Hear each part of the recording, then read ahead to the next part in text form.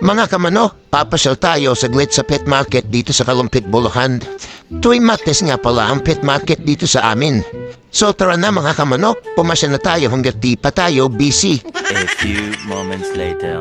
Andito na ako at dito yan sa El Mercado de Kalumpit. Masarap talaga pumasyal sa mga pet market dahil sa daming pagtiplian na mga pwede nyong alagaan. Mapa-backyard o kaya sa farm o kaya sa bahay. Halimbawa na mga inaalok sa pet market ay mga bibe, gansa, ibon, aso, pusa, native na manok, panabong na manok, mga bantam at sirama.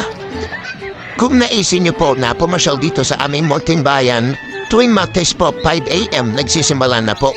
Half day po ang pet market dito.